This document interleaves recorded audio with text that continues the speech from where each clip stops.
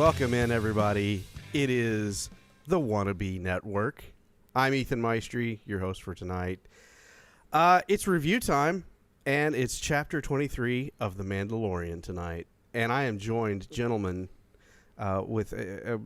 how are you this evening? Gabe, how are you?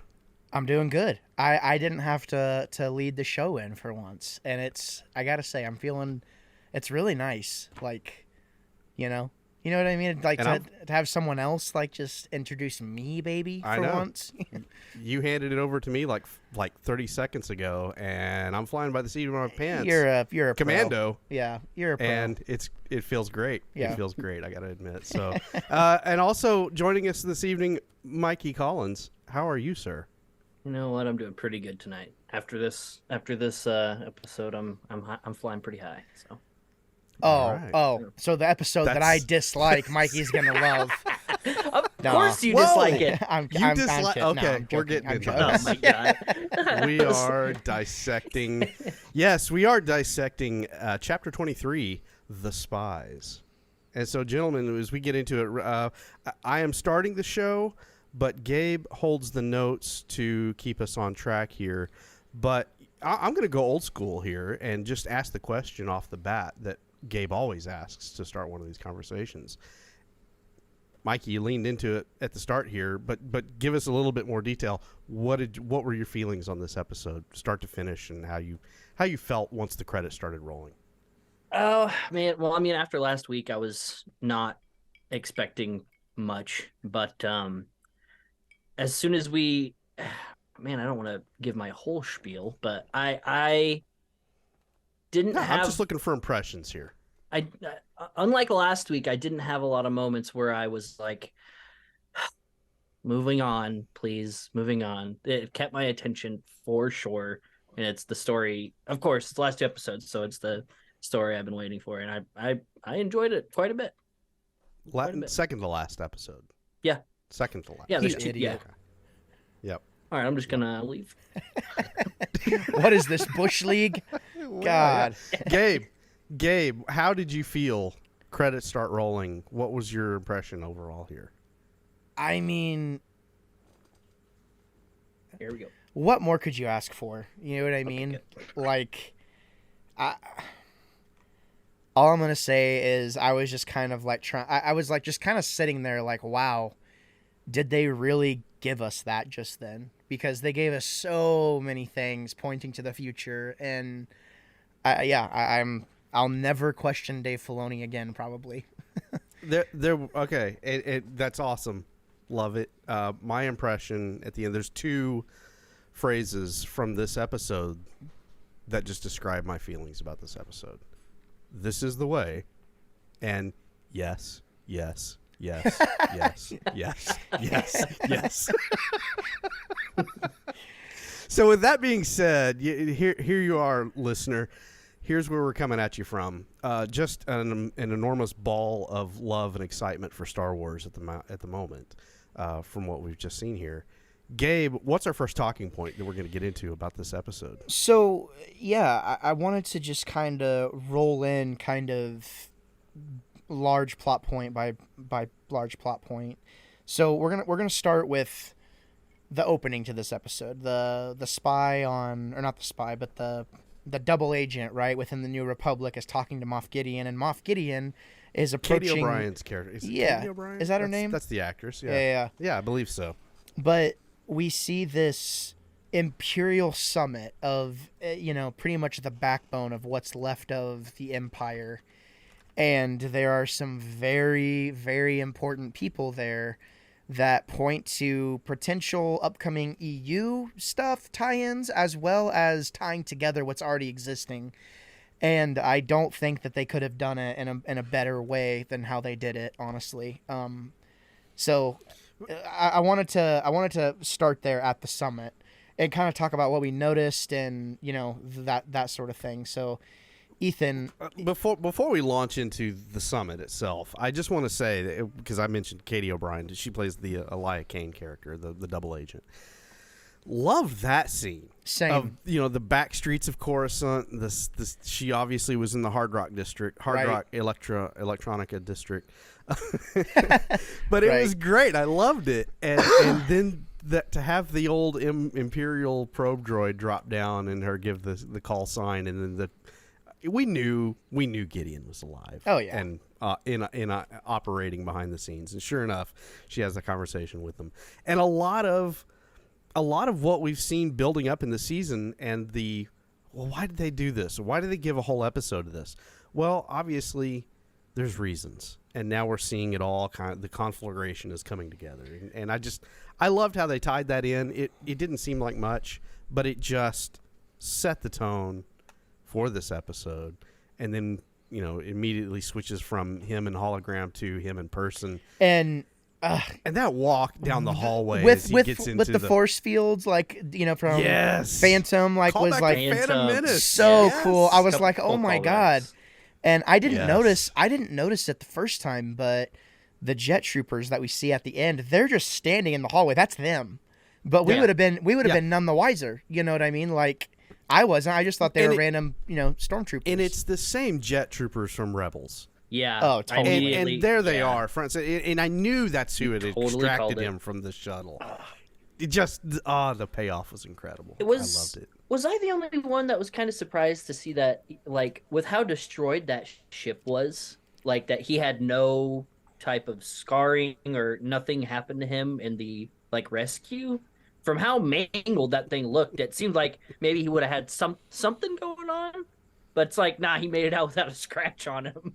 Don't look at the man behind the curtain. Well, Mikey. listen, we don't know. I mean, just to play devil's advocate, there could have been a double agent inside the Lambda cruiser. They could have been very sneaky and then destroyed it after the fact. So that is That's a better. good point. I mean, I think that's probably what could have. But then, how happened. did the Mandalorian armor get in there?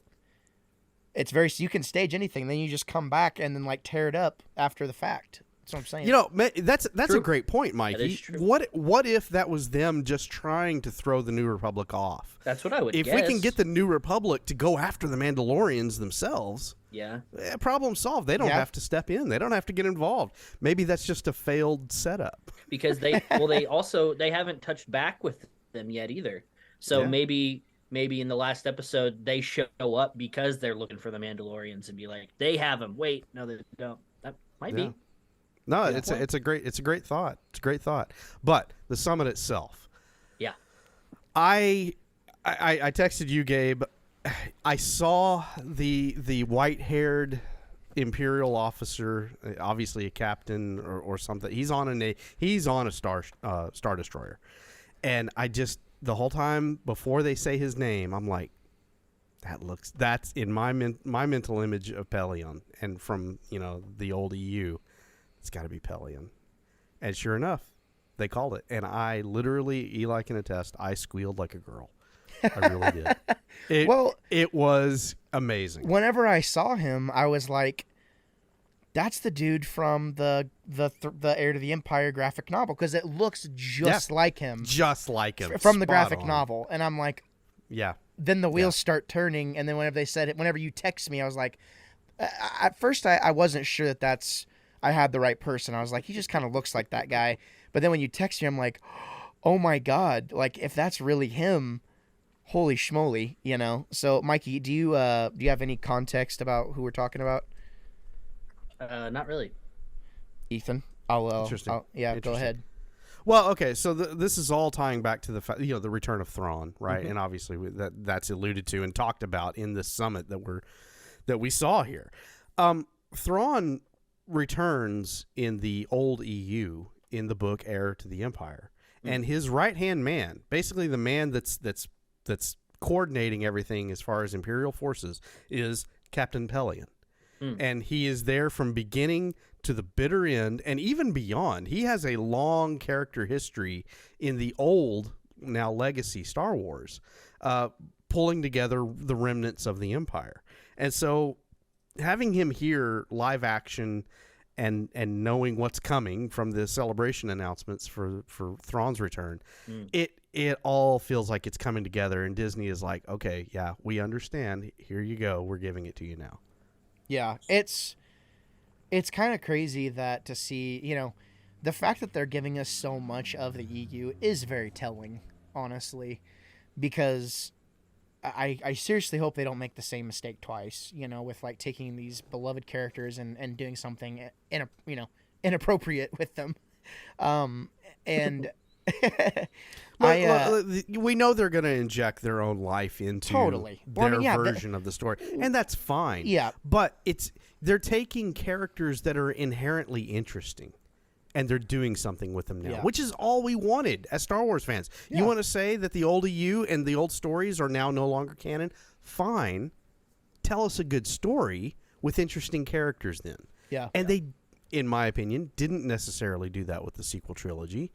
Now it feels like there's a reset here, and they're like, okay, you know what? The EU had some great characters, so let's tell stories with that. Right. And that's what we're getting. And it feels like it feels like a payoff. It really does, because, Rebels wasn't really... was Rebels canon from the beginning? Yeah, it was under Disney. Oh, okay, gotcha. Yeah. That whole time period is a little muddy for me. Yeah. Yeah. At least it was, anyway. Yeah. Anything else from the summit that we want to consider, or can we move on? What is Project Necromancer? Oh, yeah. Because... That really does sound like Palpatine resurgent. I know. And did you notice? Did you notice the commandant's last name? What was it? Oh, Hux. Yeah.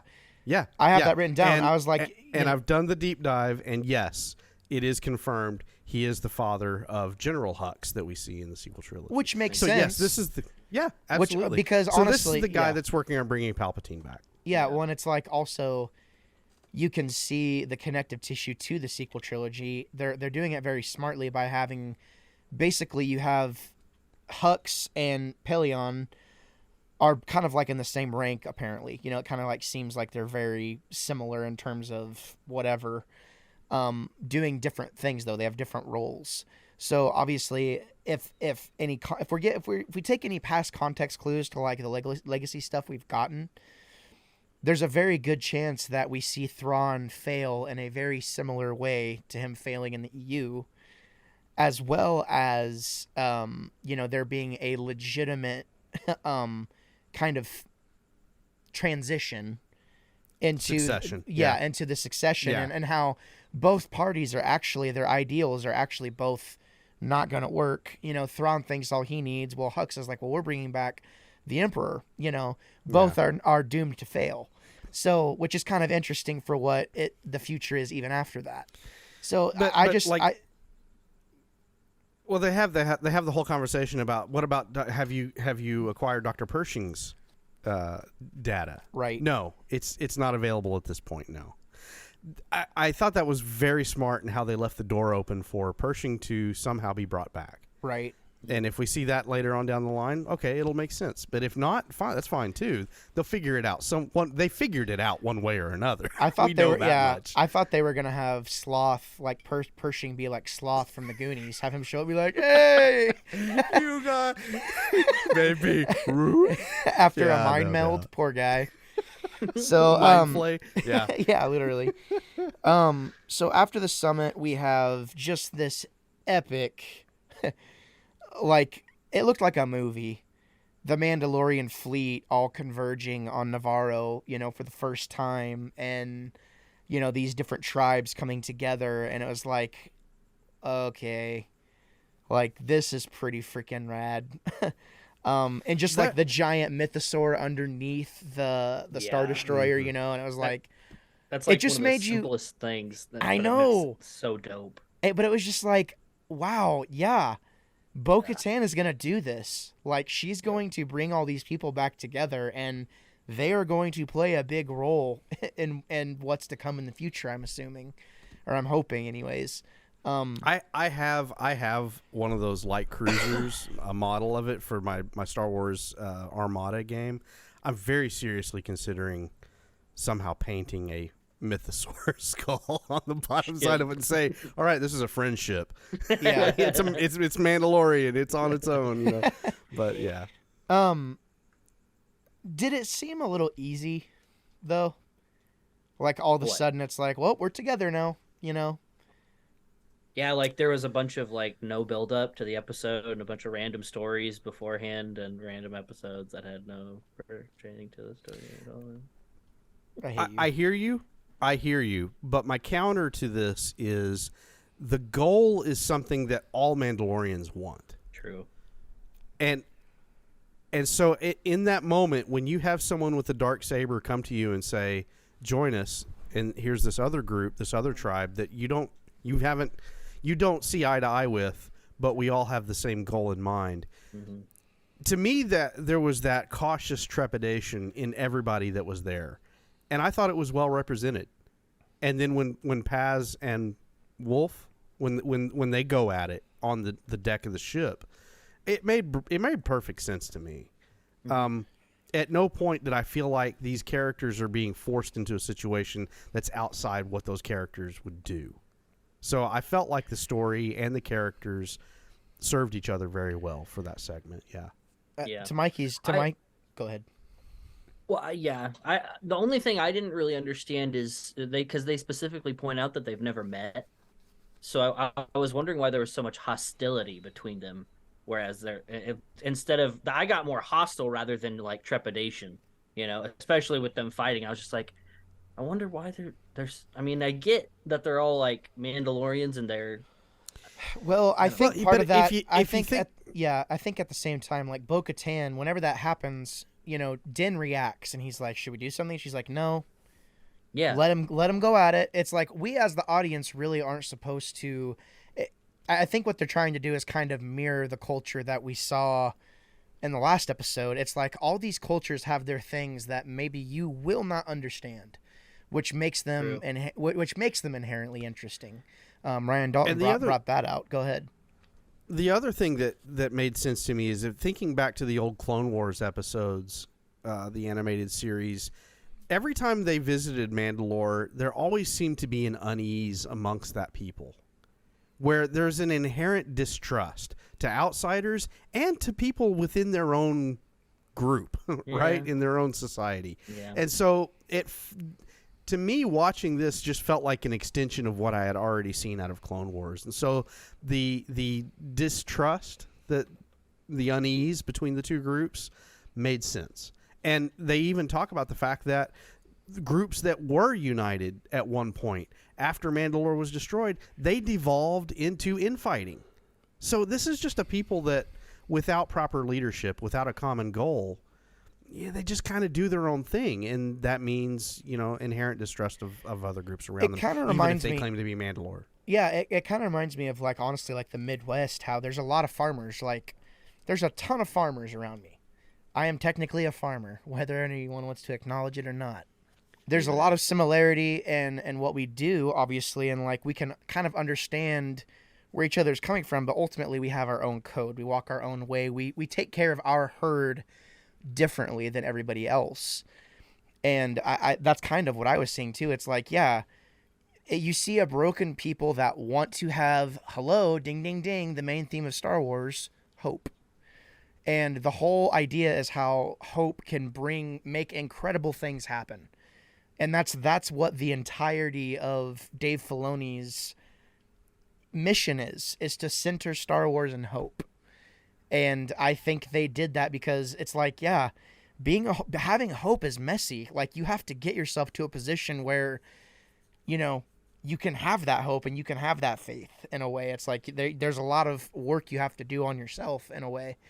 And I thought they showcased that really, really well by the decisions that they made, and the relationships that they have so far, especially since, whenever Paz and what's-his-face, Wolf, go at it, it's Wolf's kind of suave and, kind of a wise guy a little bit, whereas Paz is we're doing this, man, right now.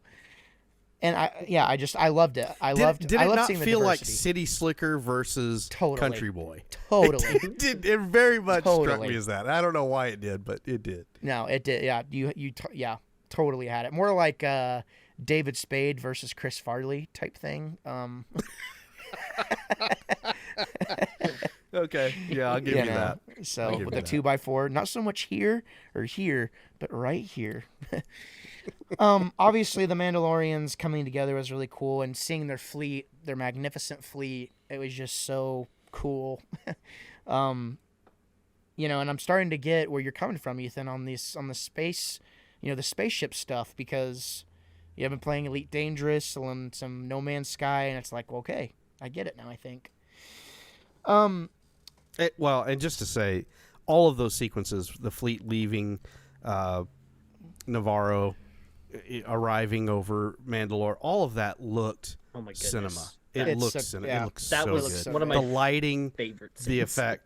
Oh man, it Coming was so out great. of hyperspace, specifically Yes. without. That's Oh yeah, so that light cool. cruiser and those 4 Gozantis and like a baker's dozen Yeah. of gauntlets, and I'm like, oh, God, I need to buy more Armada ships. do it. Thanks, Disney. That leads me into the next part of the, which I'm going to call like the oddity of this episode. So, rather than just letting the IG-11 thing go for a bit, it's like, what can we do? Let's have Grogu operate it. Lame. I mean, it was cute, yeah, but like, Lame. I mean, come Have on. you man. have you not heard hundreds of people wishing for force sensitive droids?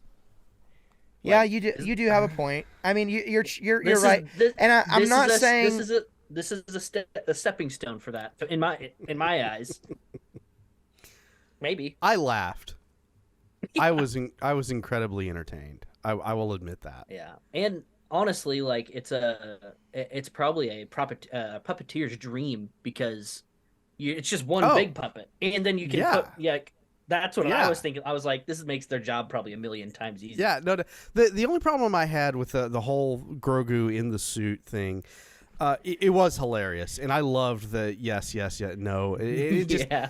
it's almost as if Grogu's become a teenager now. Oh yes.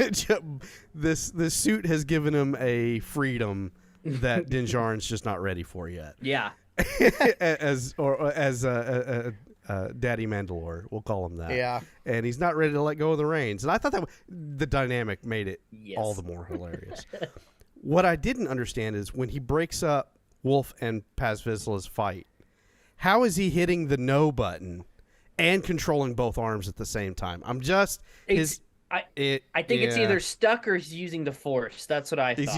He's using the there's Yeah. your out right there. Okay. Yeah. I got Or you. maybe his foot. I don't know.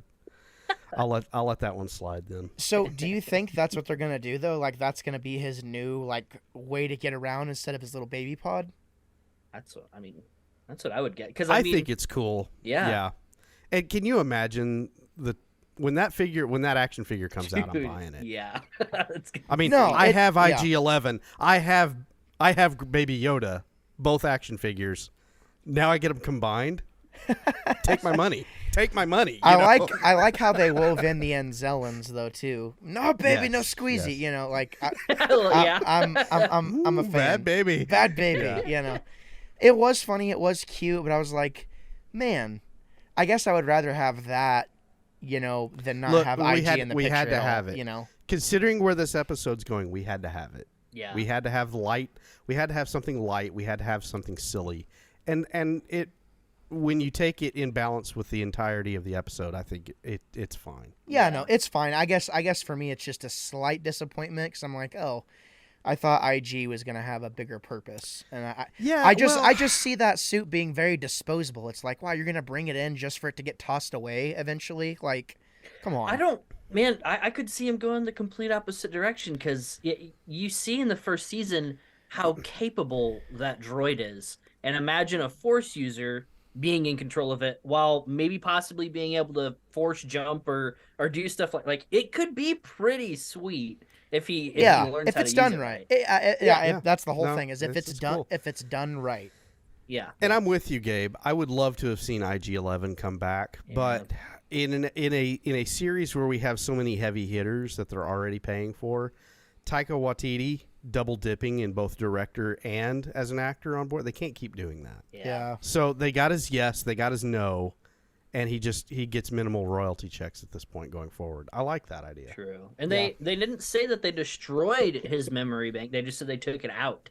So I mean, there still always is that possibility if that's something, like if there's an outcry. I doubt there is, but I mean, No, and it's like I said, it's literally just a nitpick. But it was just kind of like I literally put a question mark. I was like, I don't know how I feel about this. Like, on one hand, yes, it is cool, and it could be very, very, very cool.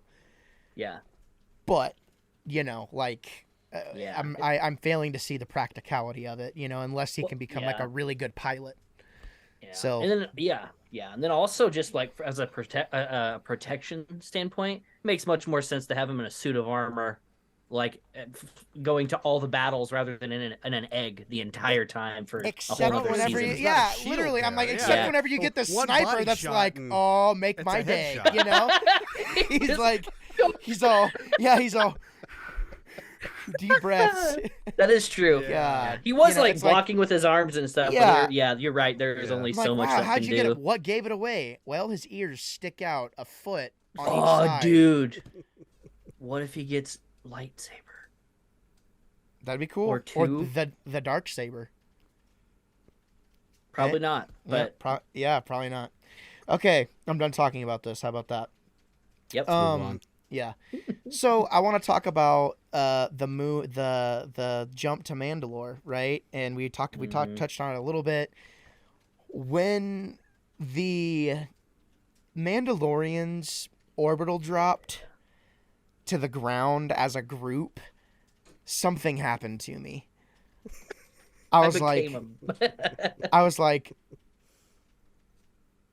they're cooler than Jedi. They're cooler than Jedi. Yeah. Like, that's kind of what came to my mind. I was like, these are the types of people that have proven they can kill Jedi, actually. And they're in full armor. Like, the Jedi Knights are not the real Knights. Like, these guys are the real Knights. And, like, I now care about Mandalorian culture way more than anything else Star Wars related at this point. Like, or Jedi related. Gabe, and it's crazy. Let me jump in here, and because this is the point where I jump in and say, whoa, hold on a second. I'm just saying.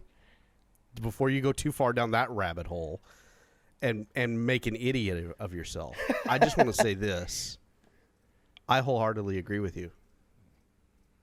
The Jedi, Disney has somehow made the Jedi uninteresting to me. And that's a whole other episode that we can talk about. Yep. The love-hate relationship with the Jedi Order and everything about Force users, right? No, the Mandalorians. This show has so much potential just to keep going, even if Pedro Pascal really does bow out, like the rumor mill is saying he's going to. If that's the case, they have all kinds of characters and a whole culture that we get to go along on continued stories with.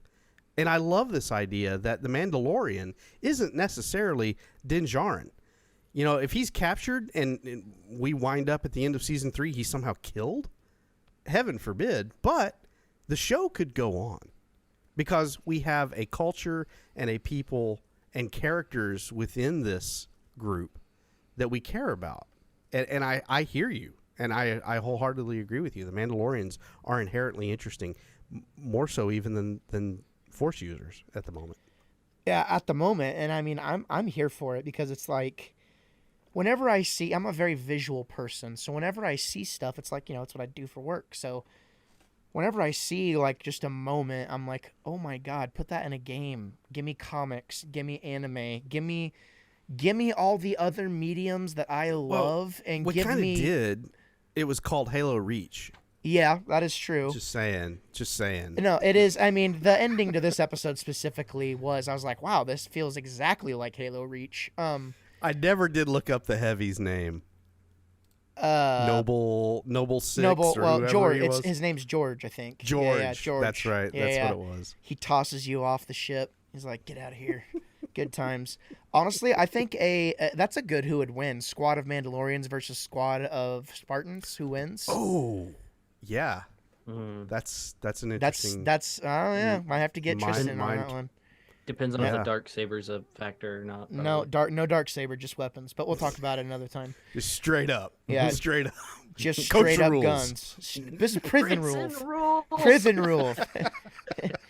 So we get to Mandalore. The Mandalorians drop down as a unit, and I was like, "Wow, okay, I'm hooked again. Here we go again." I'm a silly head for doubting Dave Filoni. But then I was like, these survivors show up, which it would make sense that there would be other survivors, especially since it's been established that it's been established that the planet wasn't poisoned. yeah, the planet wasn't poisoned. like it had the the history had said or whatever. So it makes sense that there would be other survivors. And I think, from the public eye, most people are going to think like, well, that's kind of crazy. Why didn't they come see Din whenever he got to the planet? Like, they obviously have a ship. There's no scanners on that. That was one thought that came to my mind. Obviously, scanning and detection on the planet, it's all wonky because of the Empire. Yeah. Right. The Empire made it that way. And so when you fly down, you lose communication with people in orbit. You probably can't scan a wide area around on the surface. It made sense to me. Yeah. I mean, it wasn't hard for me to make that leap in my mind why these people are just now showing up. Same. It wasn't. It was just a thought that came to my mind. I was like, 'cause if a thought comes to mind, I just write it down. I'm like, is this a kind of coincidental type of thing, and Honestly, I agree I have with a you. bigger problem with Baby Yoda operating the suit and hitting the button when he's breaking up a fight. Yeah. Coming back to that, that's a bigger issue in my mind. What did that action kind of signify to you guys whenever he broke them up? Like, what was the significance of that? What did that mean? Grogu understands that the Mandalorians need to unite. They need to present a united front, and he understands that. Yeah. I mean, and he acted. He did, and that was an interesting moment when Din Djarin, when she turns to Din Djarin and says, "You taught him well," and he says, "He didn't learn that from me." Yeah, that's Grogu's personality and a little bit of his connection to who he was as a Jedi, I think, and going beyond it just a little bit and standing up for what's right. And I thought it was a very touching moment, very brilliant moment where the student kind of outstrips the master just a little. Well, and I think, it also, I feel like Grogu is a contributing factor to what the way is moving forward. And it was a really cool moment. Definitely. So once we get to the Great Forge, obviously we have our big standoff with Moff Gideon. And, they're trying to make their way through the facility there. And then Ethan gets his glory moment where you called it, Ethan. The jet troopers show up. Whenever it happened, I was literally watching and I looked at it and I was like, no freaking way. And it was so sweet. I mean, it looked visually, it was like scary. I was like, oh God, like it's really, it's happening. But what are our general thoughts about that whole sequence, and man, Moff Gideon's such a good bad guy. Like, he has really, and he hasn't even been here. He hasn't even been here in like an entire season. And it's there has been such a gap in both the MCU and in the Star Wars universe and recent stuff of good villains. And Moff Gideon's great. And not only is Moff Gideon great, and we're getting him now, we got Thrawn coming down the pipeline. So this is a great time for bad guys. Yeah. No, unfortunately, it is. It really is. I mean, you need an antithesis to your hero, right? Your hero's journey. Yeah, we've got heroes that we love. So let's throw them into some dangerous situations. So once they get to the Great Forge, they're kind of fighting their way out. They have their fight with the troopers. Paz Vizsla, Moff Gideon shows up once they've been ambushed, right? The door comes down and Moff Gideon's like, all right, well, surrender and, we'll get this over with. And then some silence, Bo-Katan, and everyone looks at each other. And then in that moment when he's like, this is the way. And then they just all immediately, I was like, that gave me goosies.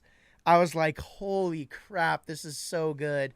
Runs, Bo-Katan runs. She's trying to like saw the door open with the darksaber. Just that whole, whenever I watched it a second time, I was like, oh my God, that's one of the coolest Star Wars moments ever for me. Like, it's just so there's just a lot of passion in the moment, you know, and I totally bought it. I thought it was awesome.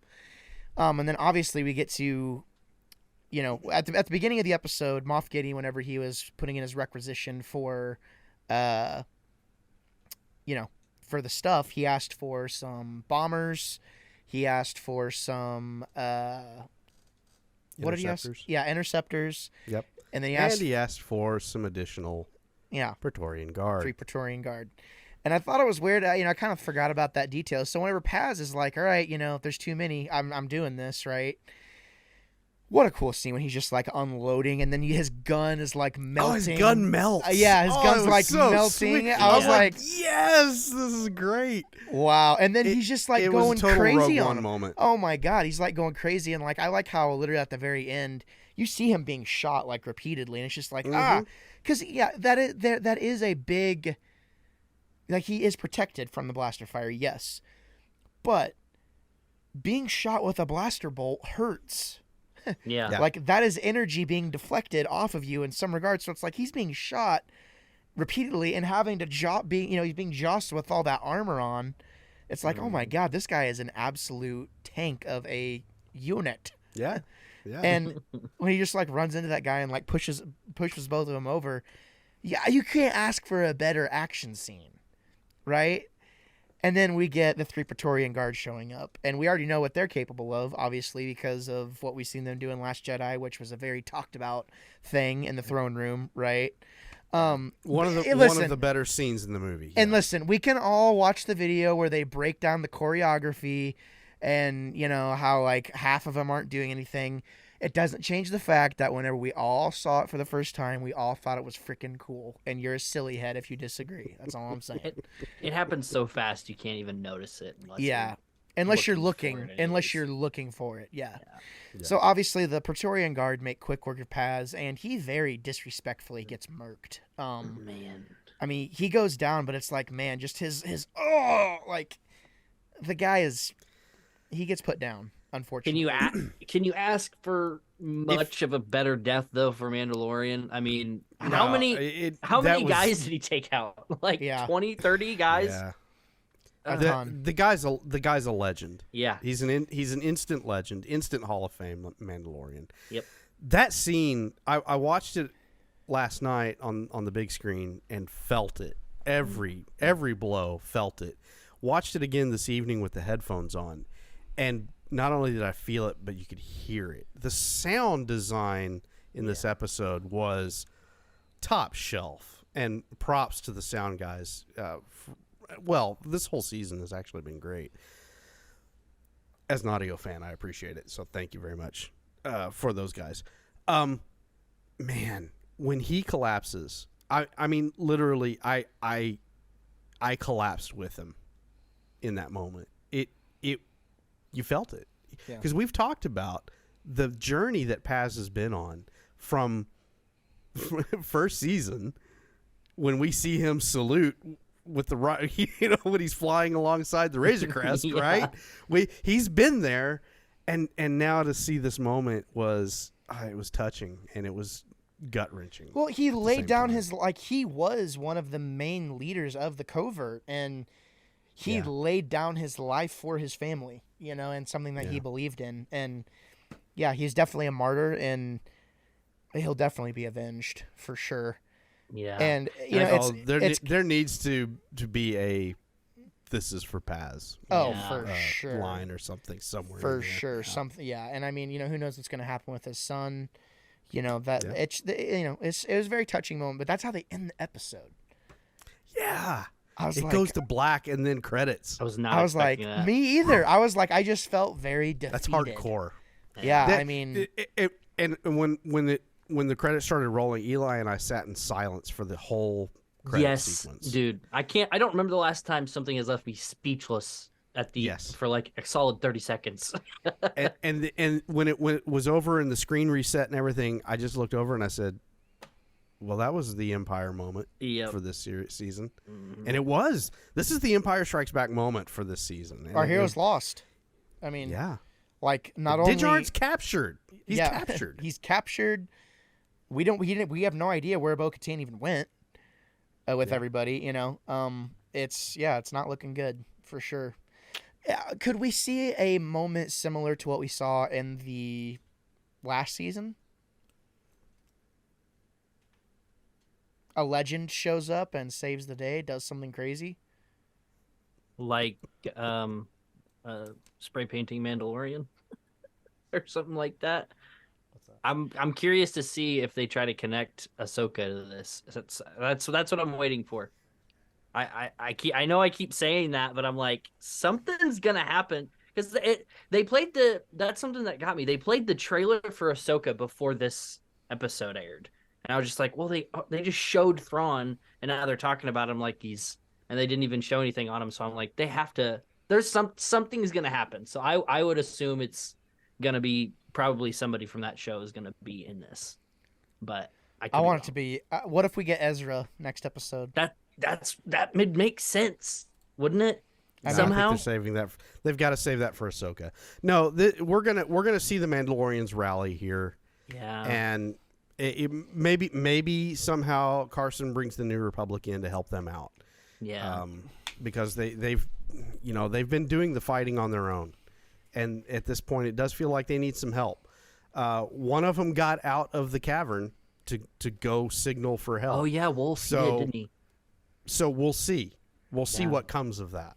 But I feel like the bulk of this is gonna be the Mandalorians standing up for their homeworld. So, we didn't see the bombers too, by the way. We didn't see the whole fleet until after she got we didn't even see her land the ship. We just saw it for that brief second once she broke the stratosphere and she's up there. So which the whole time she's flying up, I was expecting a Star Destroyer to drop in and just start wasting. Another. I know. I was waiting for that. Yeah. But apparently they don't have quite those level of resources available for this. It seems. Yeah. Yeah. I'm curious though, man. Yeah. So. But this next one's gonna be. Holy. Well, I'm gonna use the term. It's gonna be a banger. I love it. And I don't use that term lightly. You don't. I know. You really don't. So that's all the talking points that I had. Gentlemen, what else do you want to add? I mean, what else did we say at all? What else is there to be said about this episode? I just want to briefly say that a lot of the hate that has gone into the season is completely and thoroughly unwarranted. I mean, it has had ups and downs. Yes, I will agree, because we didn't know what the final outcome of this was going to be. So yeah, without the benefit of hindsight, in the moment you could look at it and say, I don't feel as strongly about that episode. I totally don't fault you for saying that. But to say this season is junk and Disney has ruined The Mandalorian, my favorite show, is a little bit premature.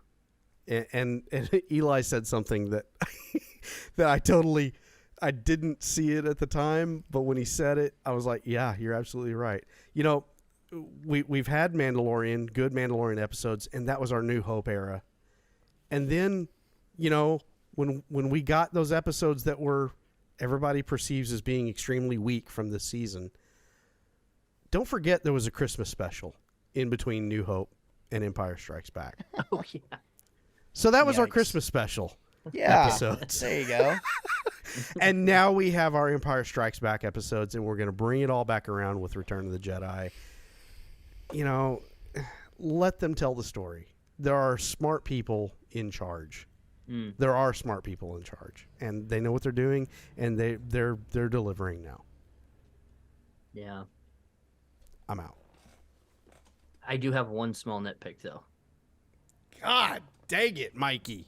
It's not really a nitpick. It's just more of like is anybody else feeling this? I really thought they were gonna take his helmet off, like when they had him all strapped up. I thought he was gonna be like, and I'm gonna completely ruin your relationship with him again. Well, honestly, this is where I feel like Gideon is a great villain, is because he actually does have respect for the Mandalorian people. That is true. He seems like a guy that's like really into samurais, but he knows he'll never be one.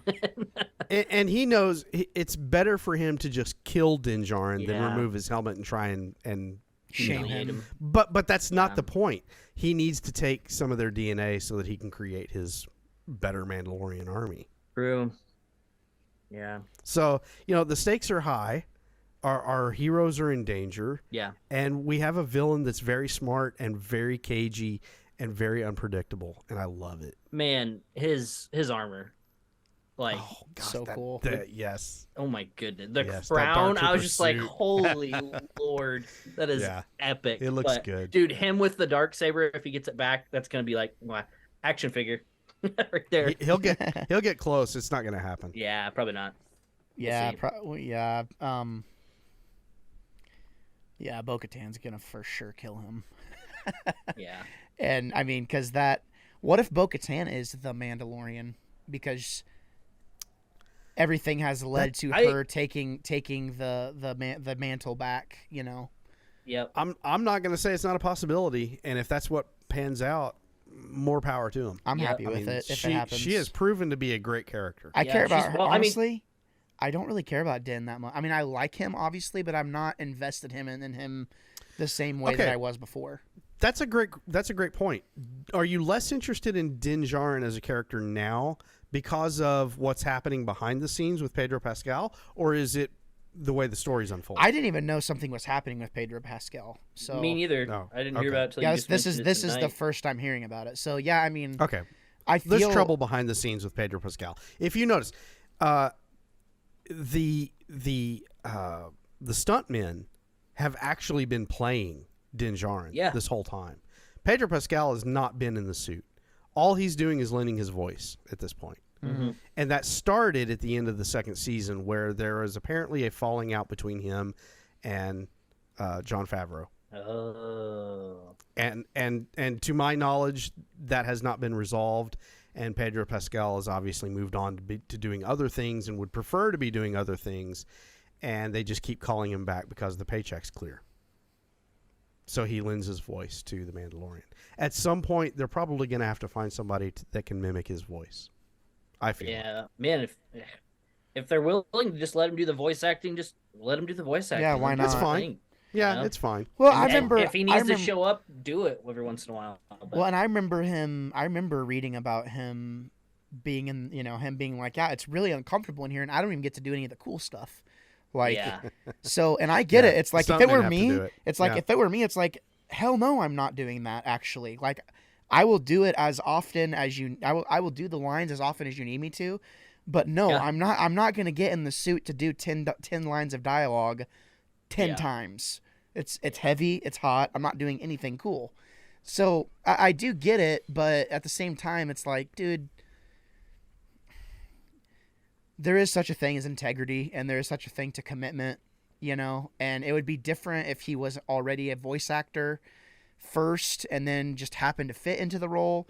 But it's Yeah. like, you have everything in your career to owe to this role Yeah. in a lot of ways. I agree. But if you think about it, he hasn't had the helmet off since the last episode of season 2. Yeah. And we've had Book of Boba Fett, and we've had now a whole season 3.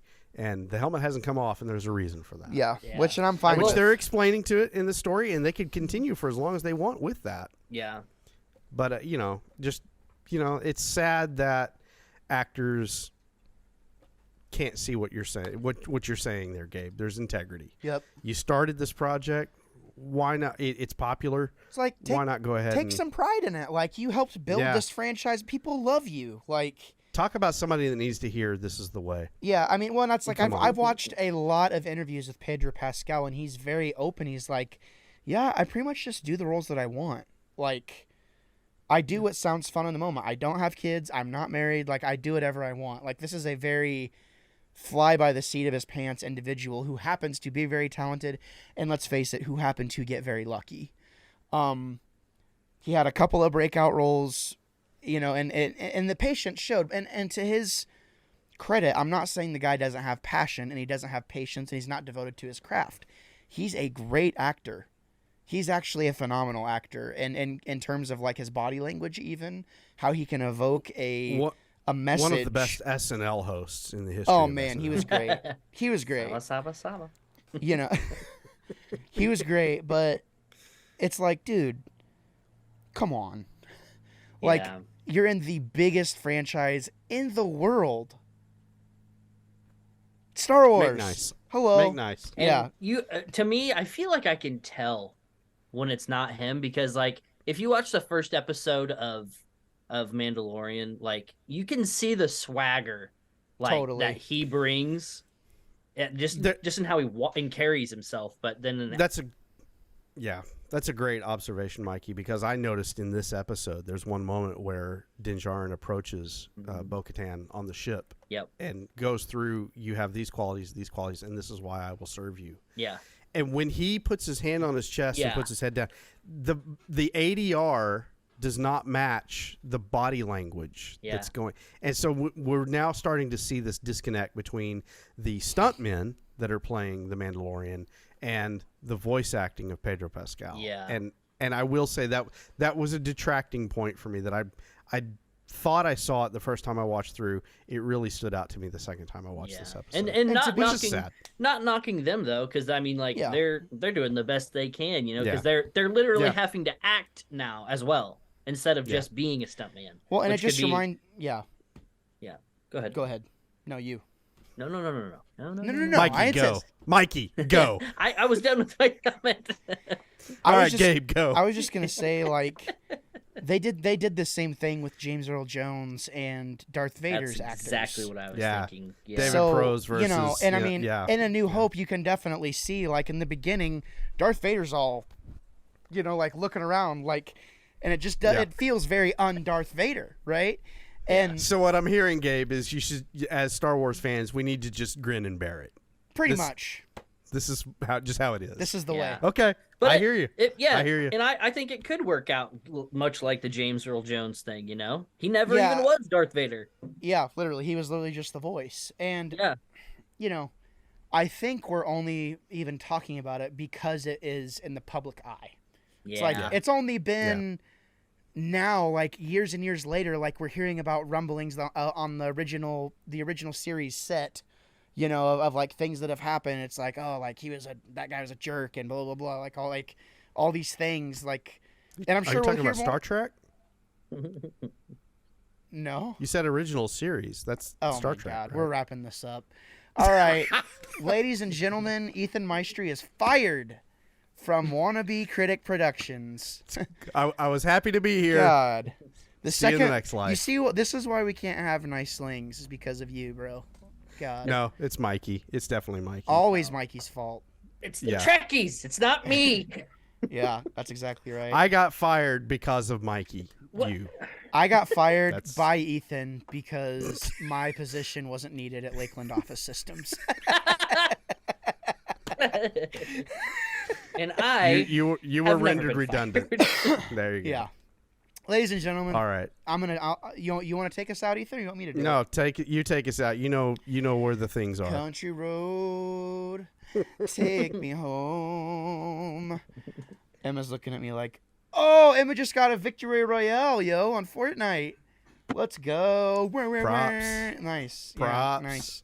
Where's the air horn? Yeah, I just did it with my mouth. Ladies and gentlemen, thank you so much for tuning in to another episode of the Wannabe Network.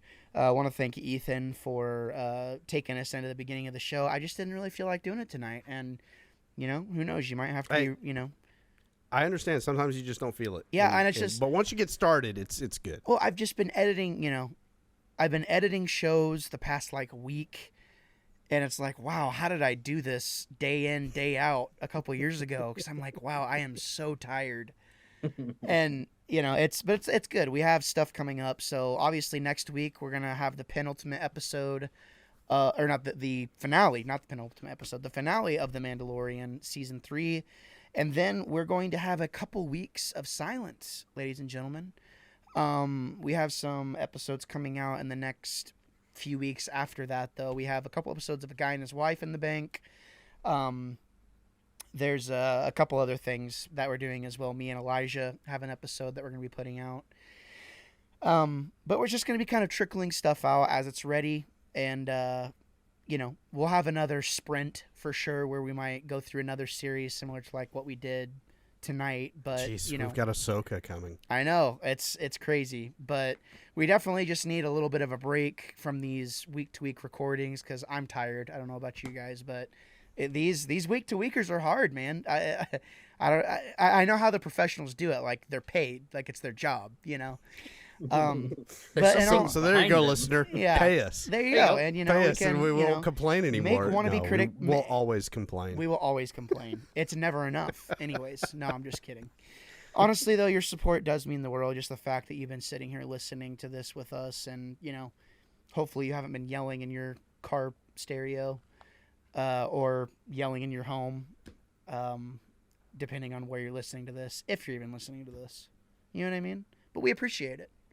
So tune in next week for the finale, and Ethan is going to tell us how he gets his chair to look like kitty ears. Meow. That's great. Yeah. Hey, I never noticed that. I'm a kitty, I kitty, like kitty. I'm a cat. Right. All right. Wow, that was a little too good. That was really practicing. I am going to clip that for sure, Ethan. Oh my God. Hey, I got something else for you. Check this out. Oh yeah, did you hear that? That was a fart. That's getting cut. Emma just looked at me. She's like, dude, I've been stinking this place up, and she has been getting so upset. Sorry, I'm trying to end the show, and I'm rambling as usual.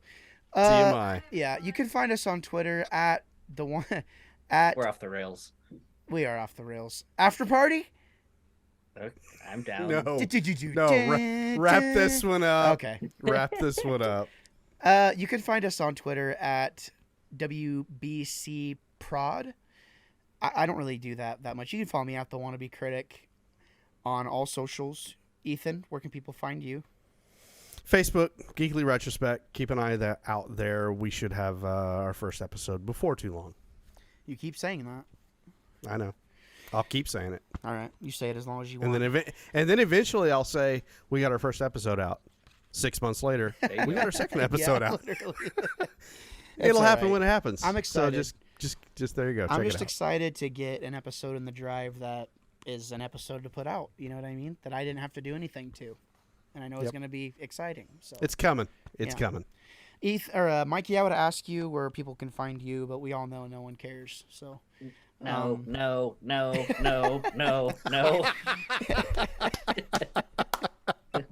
All right, gentlemen, say goodbye. So long. Auf Wiedersehen.